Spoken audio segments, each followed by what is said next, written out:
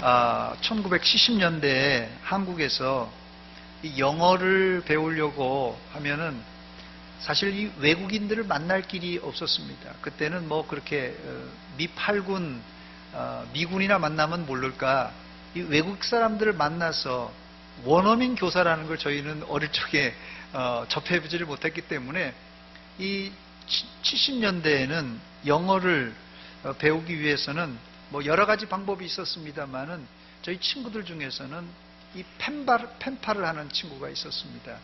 펜팔을 다 아시죠?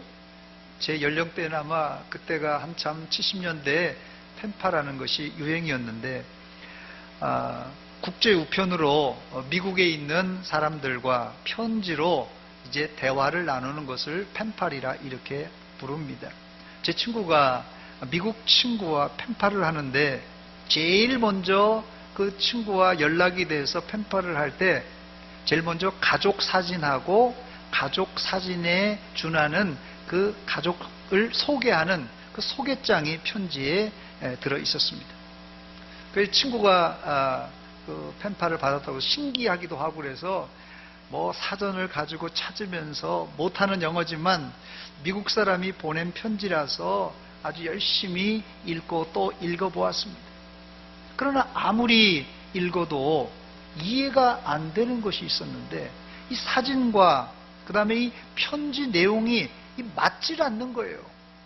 그래서 읽고 또 읽고 또 읽어도 이 사진하고 가족 사진하고 가족 소개한 이 편지 글하고 맞질 않는 거예요. 희한하다 생각했어요. 편지 내용에는 자기 집에 5 식구가 산다 이렇게 소개해놨어요. 뭐 5니까 이건 뭐 중학생 고등학교 애들도 아는 거니까 뭐 5명의 식구라는 건 누구든지 알고 있는데, 그리고 거기다가 5명의 이름이 다 기록되어 있습니다.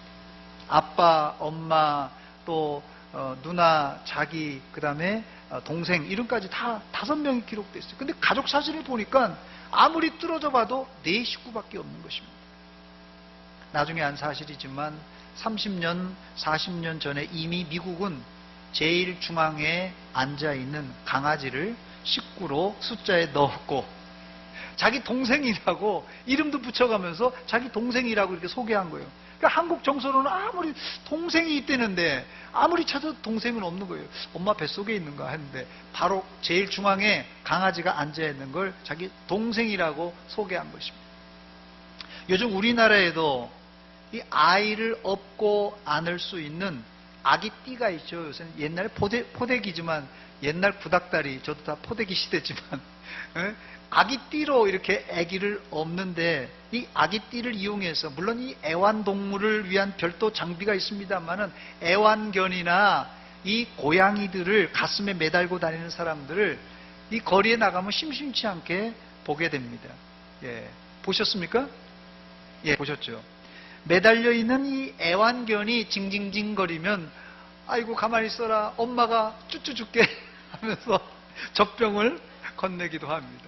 이제는 애완동물을 자녀와 가족으로 간주하는 시대입니다. 그래서 2000년대에 들어서면서 가정 구성원도 급속히 우리 때만 해도 대가족에서 핵가족이다 이 정도로 알고 있었거든요. 대가족에서 핵가족이다. 근데 이제는 핵가족을 넘어서서 1인 가족이 대부분이고 혹은 반려가족 시대라 이렇게 말합니다. 이 반려가족이란 애완동물과 함께 사는 가족을 일컫는 말입니다.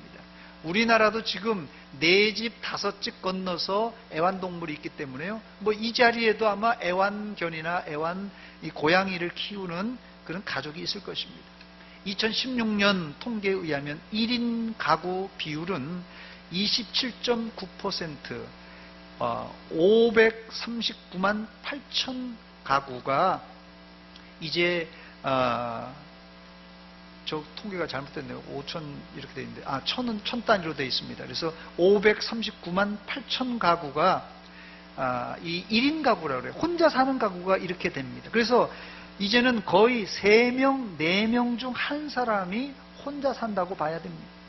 이런 현상은 도시보다 시골이 더 심각하다고 합니다. 이 자리에도 혼자 사시는 분들 아니면 자식들 시집장가 다 보내고 두 분만 사는 가족들이 많은데, 그러나 여러분 서운해하지 마시기 바랍니다. 우리에게는 이 교회라는 선물이 있고 교회라는 울타리가 있어서 교회만 오면은 만날 수 있는 하나님의 가족, 하나님의 권속들이 있지 않습니까? 저를 한번 따라서 하시기 바랍니다. 우리는 하나님의 가족입니다. 우리는 하나님의 가족입니다. 오늘 설교 제목을 본문 19절에 나와 있는 대로 하나님의 권속이라 이렇게 붙여봤습니다. 하나님의 권속. 이 권속은 한자 말인데요, 권자는 돌아볼 권자입니다. 돌아볼 권자에 엮을 속자를 써서 직역하면 돌아봐야 될 엮여있는 사람들이라는 거예요. 돌아봐야 될 엮여있는 사람. 이게 뭐죠? 한 집안 식구, 가족이고, 또 좀 넓은 의미에서는 가까운 친척까지 포함하는 이렇게 가족이라고 할 수 있습니다. 영어로는 household라 이렇게 말하고 한 가구, 한 가정이라고 번역합니다. 그리고 이 권속의 헬라어는 오이케이오스라는 단어입니다. 이 오이케이오스라는 단어가 신약 성경에 3번 사용되었는데 모두 다 이 바울 사도가 이 오이케이오스라는 단어를 사용했습니다. 우리나라 성경에는 가정 혹은 가족으로 번역했습니다. 보통 가족이 혈연으로 맺어진 관계라면 하나님의 가족, 하나님의 권속은 하나님의 예정 가운데 예수 그리스도의 십자가의 죽으심으로 구원받은 사람의 모임, 교회와 동일시되는 표현입니다. 대신 이 권속이라는 오이케이오스라는 단어가 이 가정적인 분위기를 풍기는 단어라면, 이 교회라는 에클레시아는 종교적인 모임, 즉 성도들의 모임이라는 의미가 강합니다.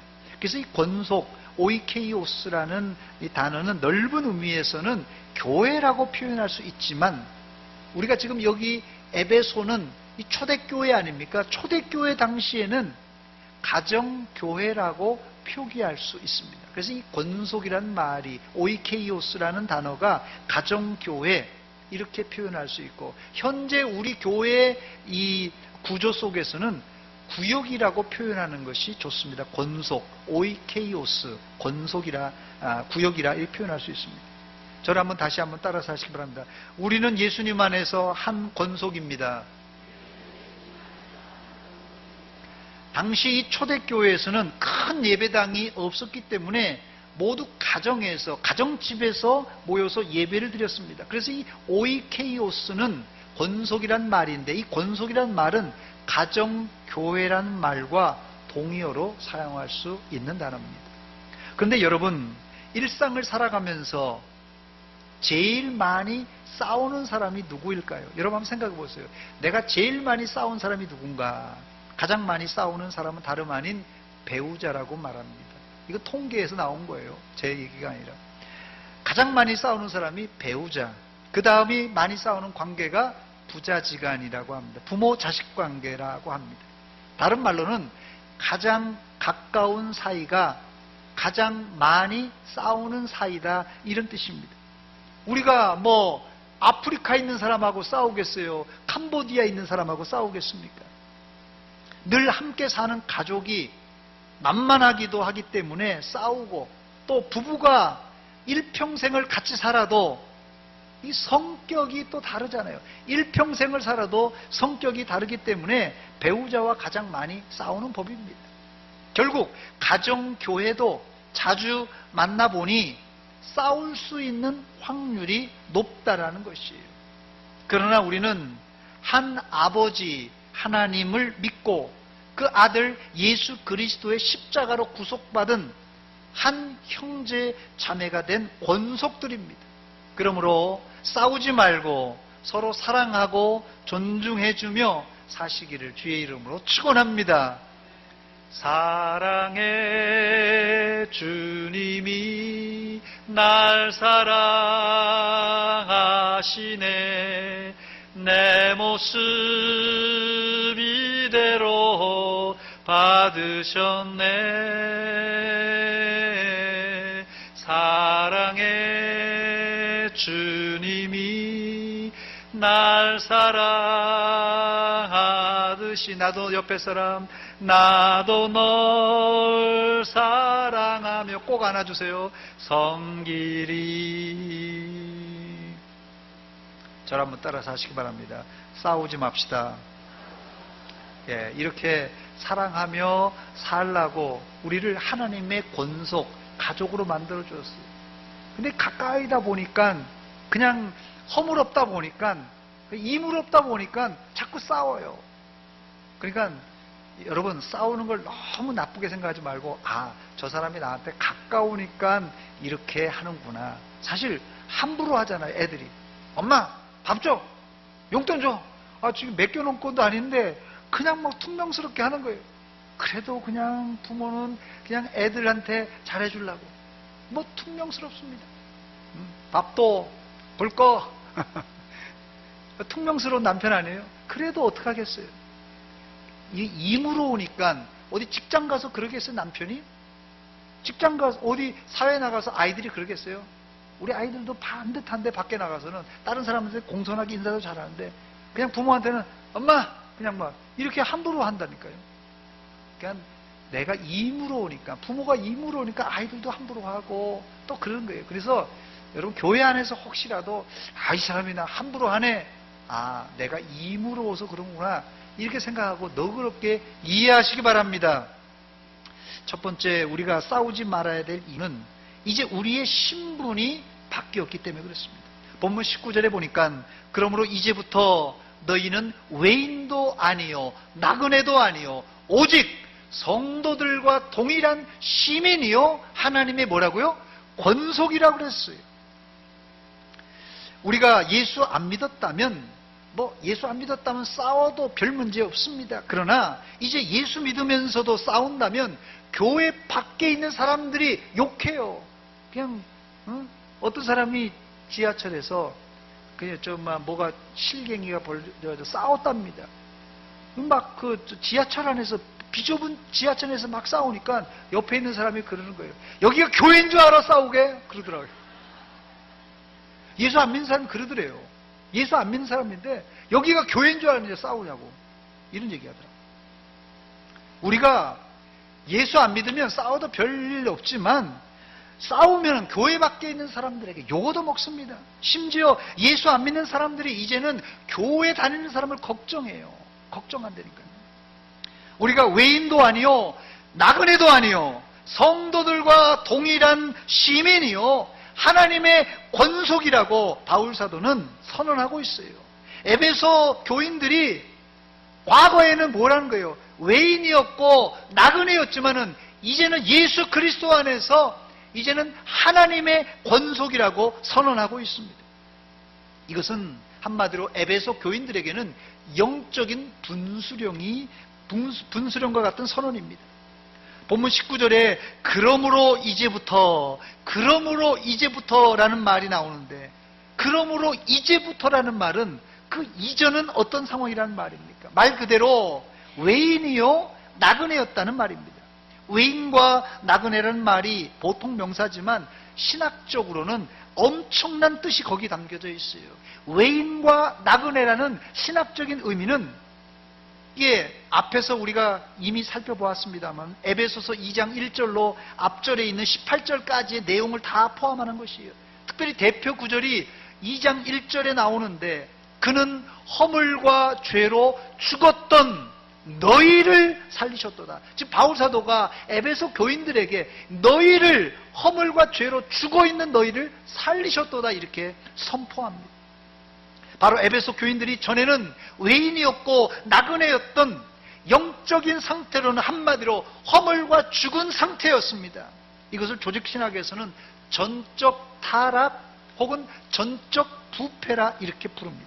이 전적 타락이라는 말은 하나님께서 아담과 하와를 창조하셨을 때의 이 본래의 모습, 어떤 모습이었습니까?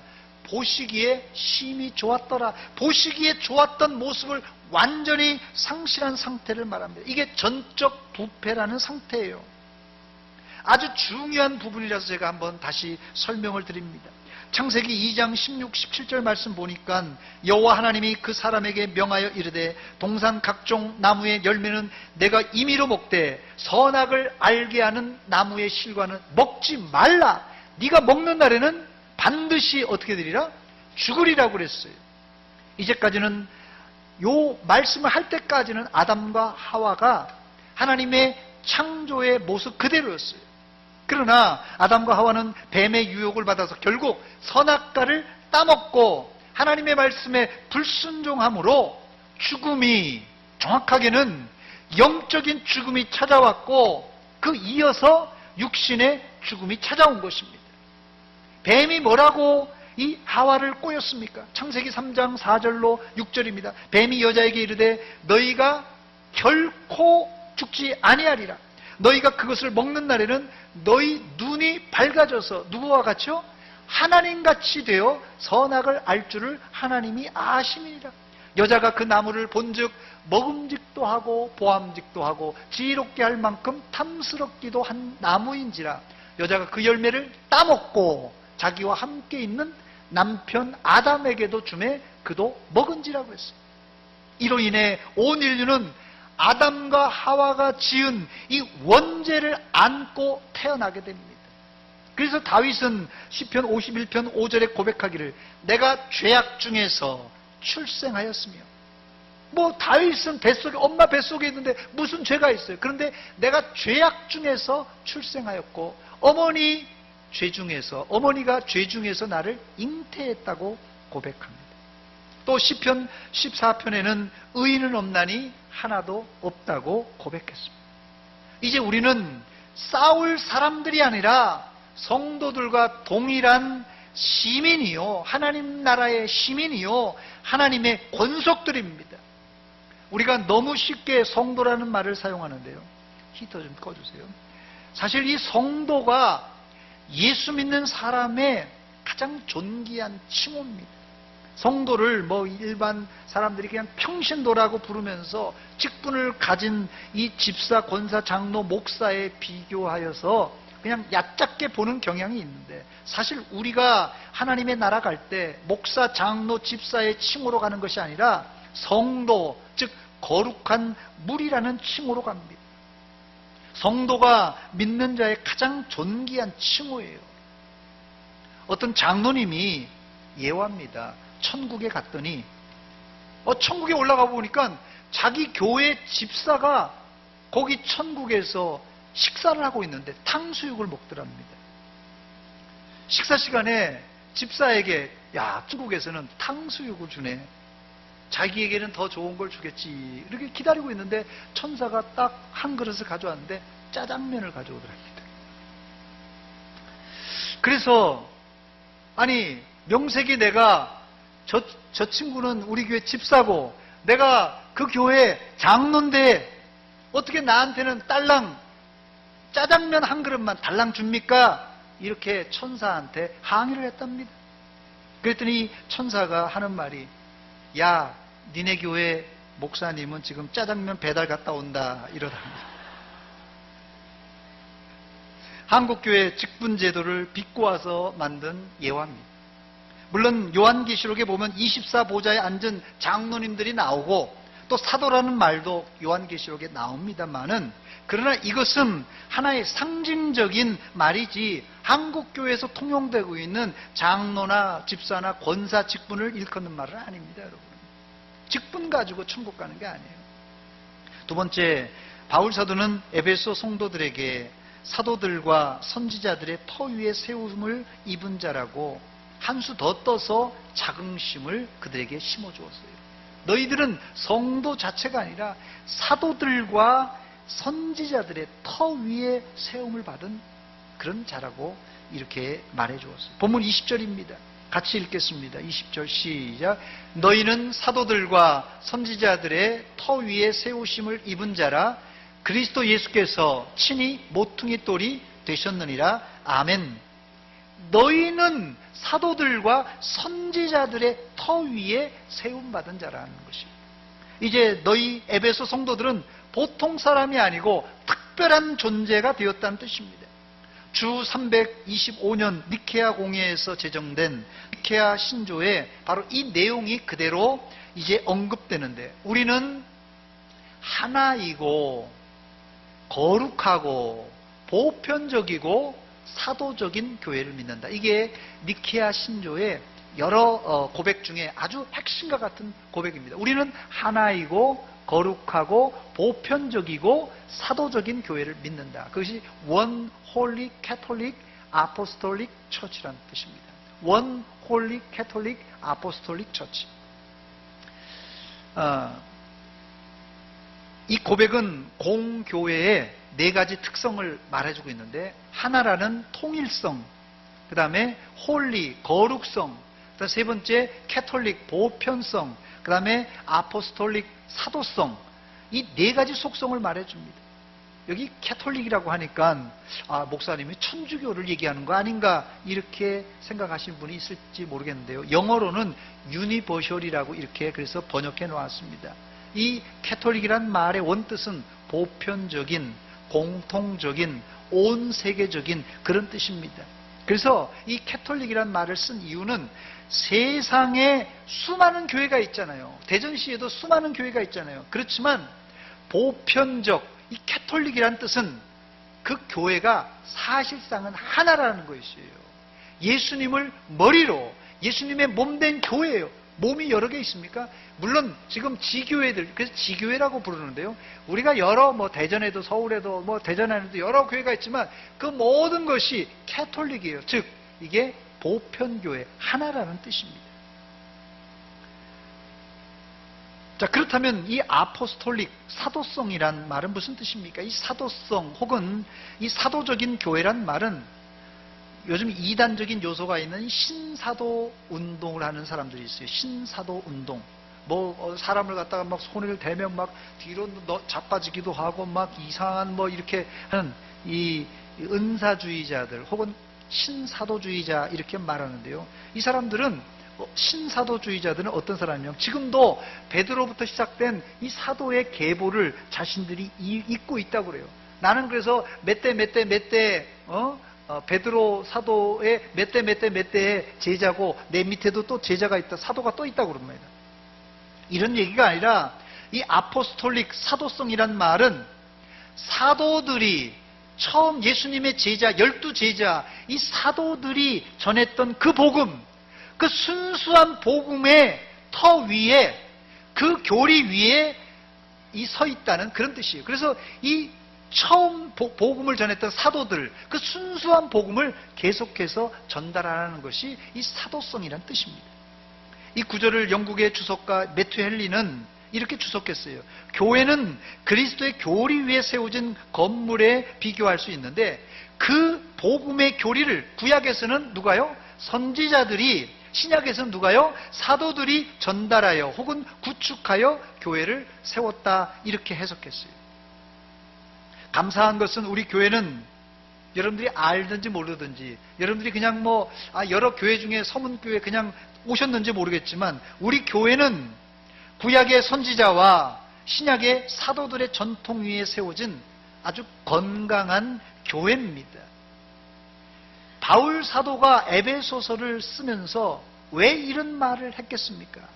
구약의 선지자의 전통, 신약의 사도의 전통 위에 세워진 교회라는 말을 왜 했을까요? 그 이유가 있는데, 당시 에베소에 거짓 사도들이 이단 사상을 교회에 퍼뜨려서 에베소 교회를 아주 어지럽게 했습니다. 그래서 건강한 교회, 건전한 교회란 어떤 교회냐? 토대가 중요한데 구약의 선지자들과 신약의 사도들의 전통 위에 세워진 교회가 바로 건강한 교회, 건전한 교회라는 말씀입니다. 성경에 거짓 사도에 관한 이야기가 심심치 않게 나옵니다. 요한계시록 2장 2절에도 바로 지금 말했던 이 에베소 교회의 거짓 사도, 자칭 사도라는 사람이 이렇게 교회를 어지럽혔다는 말이 나옵니다. 내가 내 행위와 수고와 내 인내를 알고 또 악한 자를 용납하지 아니하는 것과 뭐라고요? 자칭 뭐라고요? 사도라. 자칭 사도라 하되 아닌 자들을 시험하여 그의 거짓된 것을 내가 드러내었다, 이렇게 말합니다. 말세에 이런 자칭 사도, 거짓 사도들이 나타날 것이라고 에베소 교회뿐만 아니라 고린도 교회도 경고를 했어요. 고린도후서 11장 13절입니다. 그런 사람들은 거짓 사도요 속이는 일꾼이니 자기를 그리스도의 사도로 가장하는 자들이라고 그랬어요. 그러므로 여러분들이 사도들과 선지자들의 전통 위에 서 있는 이 대전 서문교회를 만난 것이 하나님의 은혜라고 생각하시기 바랍니다. 정말이에요. 제가 그냥 우리 교회 왔으니까 그냥 이렇게 얘기하는 게 아니라 사도의 전통과 선지자의 전통 위에 선 건강한 교회, 이 건전한 교회를 만나는 것이 말세에 얼마나 행운인지 모릅니다.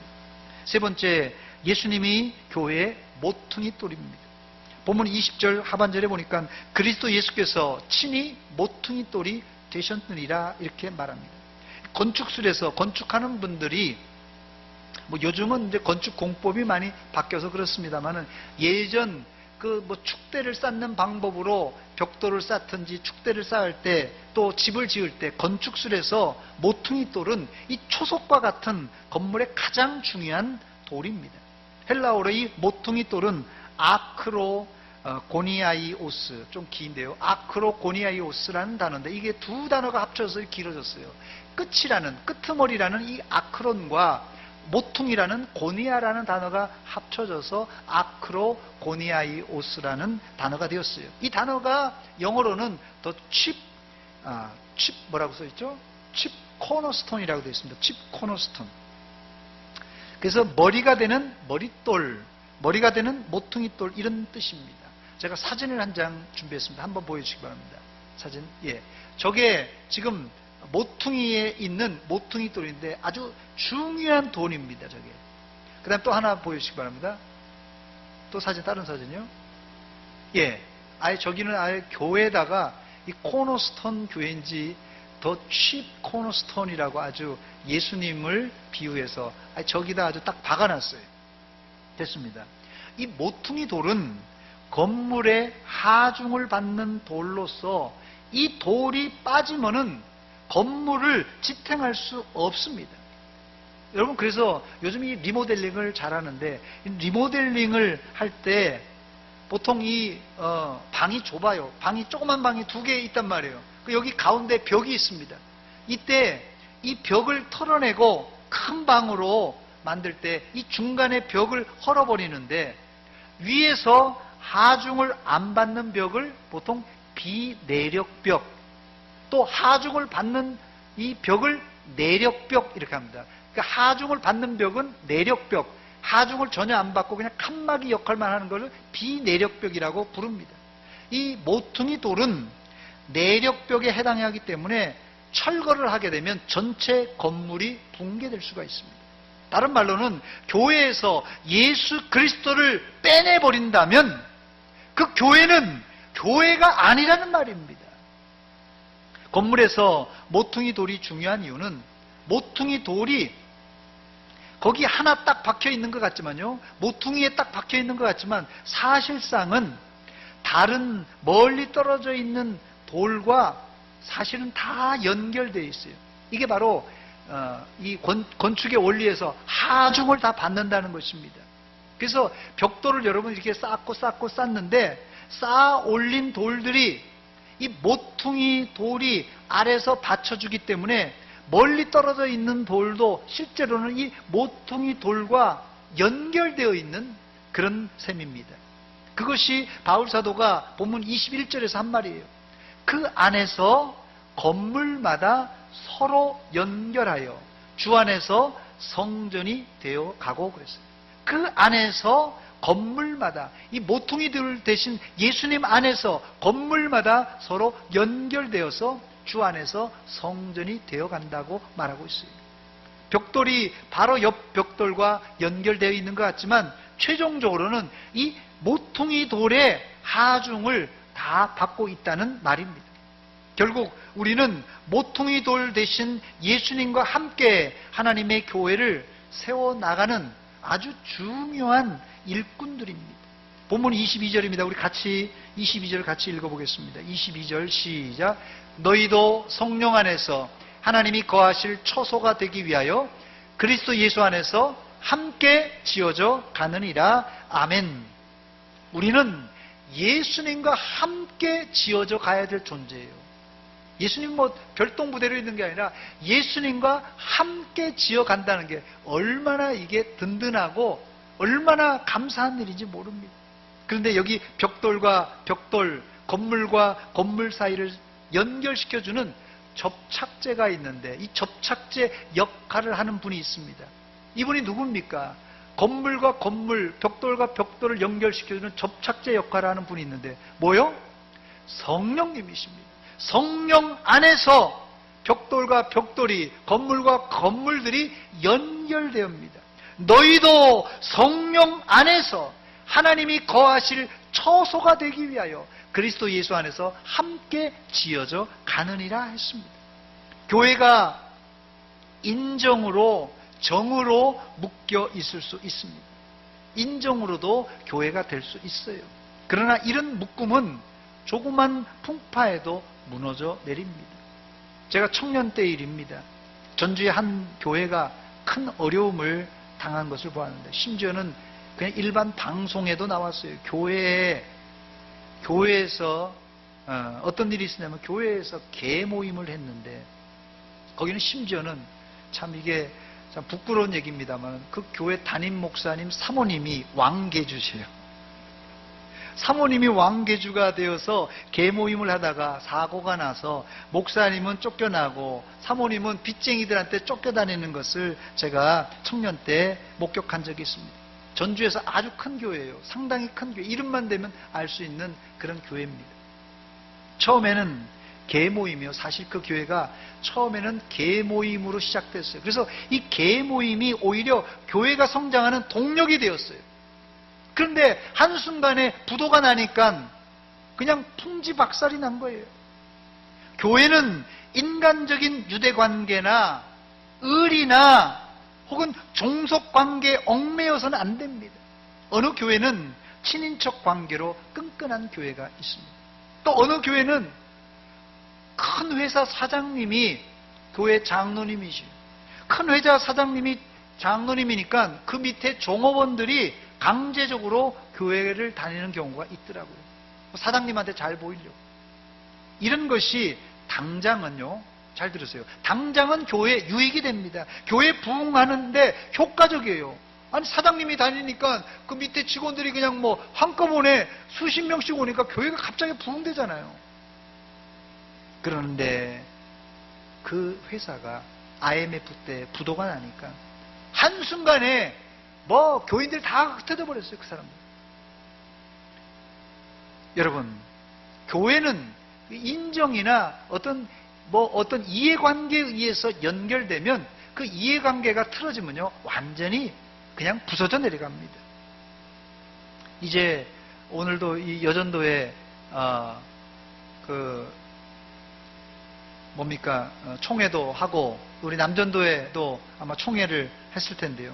여전도회, 남전도회 잘 들으시기 바랍니다. 여전도회, 남전도회가 이런 인간적인 모임이 되어서는 안 됩니다. 전도회라면 전도와 봉사를 최고의 목적으로 삼아서 열심히 일해야 됩니다. 새롭게 전도회 회장과 임원이 되신 분들에게 제가 간곡하게 부탁드립니다. 전도회는 친목회가 아닙니다. 또 심지어는 봉사하는 단체도 아니에요. 전도회는 전도하는 일을 최고의 목표로 삼아야 됩니다. 아멘입니까? 말씀을 맺습니다. 바울 사도는 에베소서 2장을 마무리하면서 에베소 성도들에게 이제 더 이상 당신들은 외인이나 나그네가 아니라 성도이고 하나님의 권속이라는 자긍심을 심어주었습니다. 여러분, 우리는 이제 시시한 사람들이 아니라 하나님의 자녀요, 거룩한 성도요, 하나님의 권속, 하나님의 가족이 다 되었습니다. 할렐루야!